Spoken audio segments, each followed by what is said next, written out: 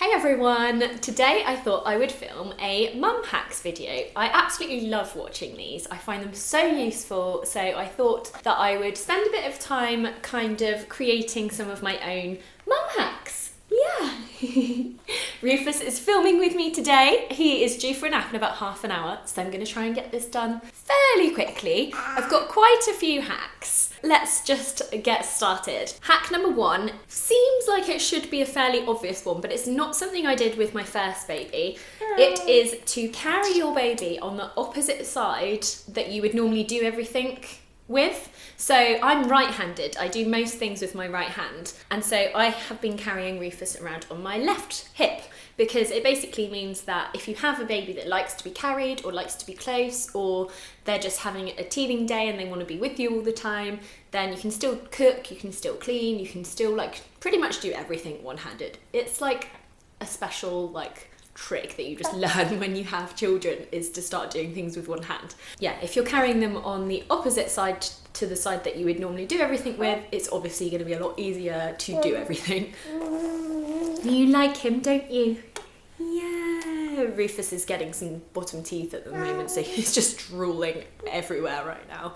Hack number two is, I suppose it's for mums that may be thinking about weaning their baby from breast to bottle, which is something I've recently done at night time for Rufus. And to begin with, he obviously wasn't that keen, and we tried a few different teats and things. But what I found actually helped him get used to the taste of the formula milk was that we would use a clean Calpol syringe, and we would just pop a little tiny bit of milk in his mouth with the Calpol syringe that way, because he didn't mind being fed that way, and it kind of got him used to the taste of the formula. And then shortly after that, he was completely happy to take a bottle at night time. Yeah!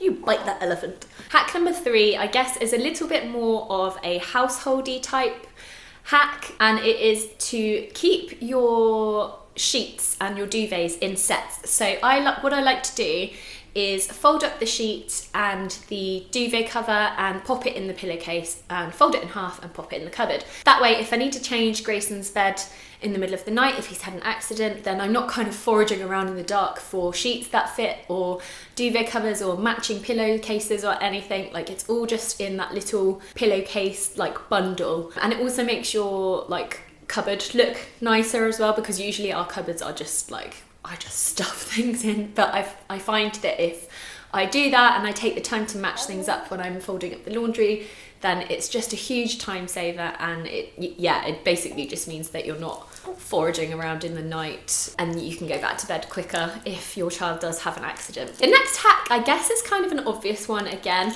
I like to call it the busy hack, because I have a friend called Busy she's the most amazing mum. She has 3 children, and whenever we see them, she's really great at, if the children are having a tantrum or they're fighting or something's going wrong, she's really great at telling them silly anecdotes to distract them. So if we're going for a woodland walk and Grayson falls down in the mud and starts crying about it, she will automatically flip it so that he completely forgets about the mud, and she'll just tell some really ridiculous story about how one time when she fell in the mud, or just something that you kind of think, what the hell? But it completely distracts the kids and makes them takes all the attention off them, basically. So hack number 5 is actually one of my favourites. Again, it's probably a bit of an obvious one, but I have a nifty little space behind Rufus's high chair between where he sits and the back of the chair, and I like to keep a packet of wipes and a wipeable bib in that space. It just makes it really easy when it comes to clean up time, and also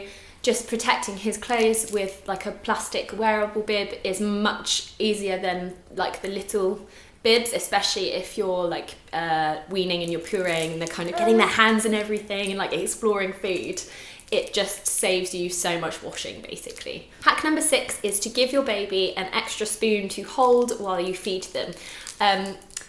I'm not sure if all babies do this or if it's just a little phase, but Rufus really likes to go for the spoon that I'm using to feed him with. So if I give him his own spoon, then he's kind of just distracted with that, and it's easier to feed him without making such a crazy mess. Sticking with the theme of weaning, if you are making your own baby puree, a little trick that I really like to do is to buy fruit and veg that is already prepared, so already peeled, already chopped, and then literally all you have to do is cook it and puree it. It kind of just eliminates the steps that you have to do, especially if you don't have a lot of time but you still want them to have home cooked food rather than the pouches. We do use the pouches if we're out and about, or if I'm just unorganized that day, or if he's starving and I don't have time to like cook something quickly, then we do use them, but I do prefer him to have home cooked food, so it's just a good way to be able to do it quickly. Hack number 8, again, probably an obvious one, but not one that I really did with my first baby, is to batch cook and freeze baby purees if you're making them yourself. It's just so much easier. So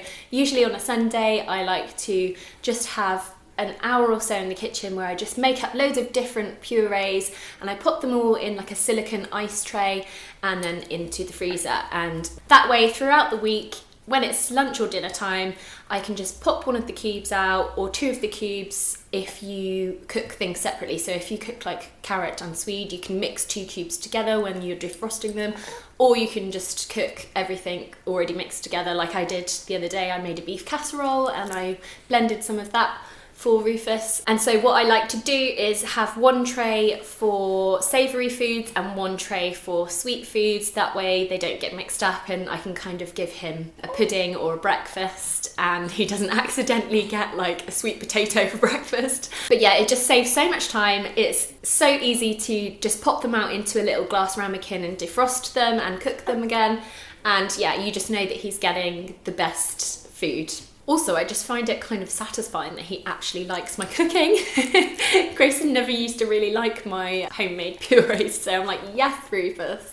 Okay, hack number 9 is to always make sure that you keep your changing bag stocked up, or whatever bag it is that you take out when you go out with your kids. Before you go to bed, just make sure you can stuff some nappies and a couple of outfits and some wipes in, snacks if you need them, and just keep it topped up the night before. That way in the morning you can literally just chuck your phone and your keys in and you are good to go. You don't have to kind of faff around trying to remember if you've got everything, and it kind of just eliminates stress in the morning and means that you can have a bit of a slower morning. Hack number 10, along the same sort of lines. What is it? What I like to do if I know that I have an earlier start, or if I have somewhere to be the next morning, is to just kind of get the kids' clothes out the night before and... Ooh, you want to sit in your chair for a bit? He does this new like rocking thing. I like to get the kids' clothes out the night before and just kind of put them in a little pile in the room where I get them changed, just so that I've got less to do in the morning and they're kind of, the outfits are already planned and I don't have to think in the morning. Basically, I'm not a morning person. I like to go very slowly in the morning. I don't really even look at my phone. I just can't even function till I've had a cup of tea. So if I know I've got to be somewhere the next day, then I like to just have their clothes piled up so that they're organised and that it will be really quick to get them ready, basically. I think this is hack number 11. I've kind of lost count. So hack number 11 is to create a little baby sensory at home. At the moment, Rufus's nap time is literally slap bang when our sensory class would be. So instead of going into a class, I've kind of just created our own little class at home. So I had a little look on Pinterest and I made some sensory bottles for him, which he absolutely loves. I've also kind of put a few other things into a little basket, like tin foil, and what else is in there, like a colourful blanket, and just a few little bits and pieces that are nice for him to explore or smell, and then he's got like a couple of bright picture books in there as well, just so that we can have like our own little class, and that I feel like he's kind of, I don't know, opened his mind that day, I suppose. Okay, so hack number 12 is to use hide and seek as a little bit of time to get things done. So what I mean by that, especially if you're a work from home mum like myself, is you can kind of use your counting and finding time to reply to emails, to reply to friends. It's quite easy to kind of pretend to look for your kids when you are just quickly replying. It just makes you feel like if things are getting a bit on top of you, then it gives you like a few minutes to just get on top of the emails and stuff. Nearly there, Wolfie. You're getting bored, aren't you? Do you want to go in your bouncer? 1, 2, 3, woo! Hack number 13 is if you have older children, to make tidying up or getting dressed into a game. So I like to, in the evenings, I'll have a race with Grayson to see who can put the most toys away in the quickest time. Always works. He's so competitive. And then another thing I like to do is to say to him, oh, I bet you can't put your trousers on in 10 seconds. And he's always like, yes, I can. Rather than just asking him to do something. I know not all children have the same temperament, but for us that really works really well. Some children will just do things when you ask them to, but he is generally not one of those children. I would end up asking like 4 or 5 times, can you put your socks on? Can you get dressed? And this way it just makes it a little bit more fun for him. So he's like, he doesn't realise that it's something that I'm asking him to do. It's like something that I'm challenging him to do. And my very last hack is number 14, I think. I don't know, I've kind of lost track throughout this video. But it is zip baby grows. And I think I've probably gone on about these in various other social media platforms, but I just love them, particularly if you have a very young baby, a newborn, and you're up a lot in the night and you're doing lots of baby outfit changes. They're just so easy, so quick. It stops you from like having to fumble around in the dark doing poppers, and then when you're out and about as well, they're just comfortable and quick. Especially if you've had like a poo explosion or something. Not if you had a poo explosion, if your baby's had a poo explosion, then they're just like the easiest things to just whip on and off. So I would absolutely recommend those if you have a young baby. Even if you just have 2 that you rotate when you know that you're going to need them, like nighttime or if you're going out, then definitely worth doing. Yay! Anyway, that's all of my favourite mum hacks. I hope you guys enjoyed this video or that you found it useful in some way. And I'm going to go and get this little guy down for a nap now, aren't we? He's obsessed with rocking and bouncing right now.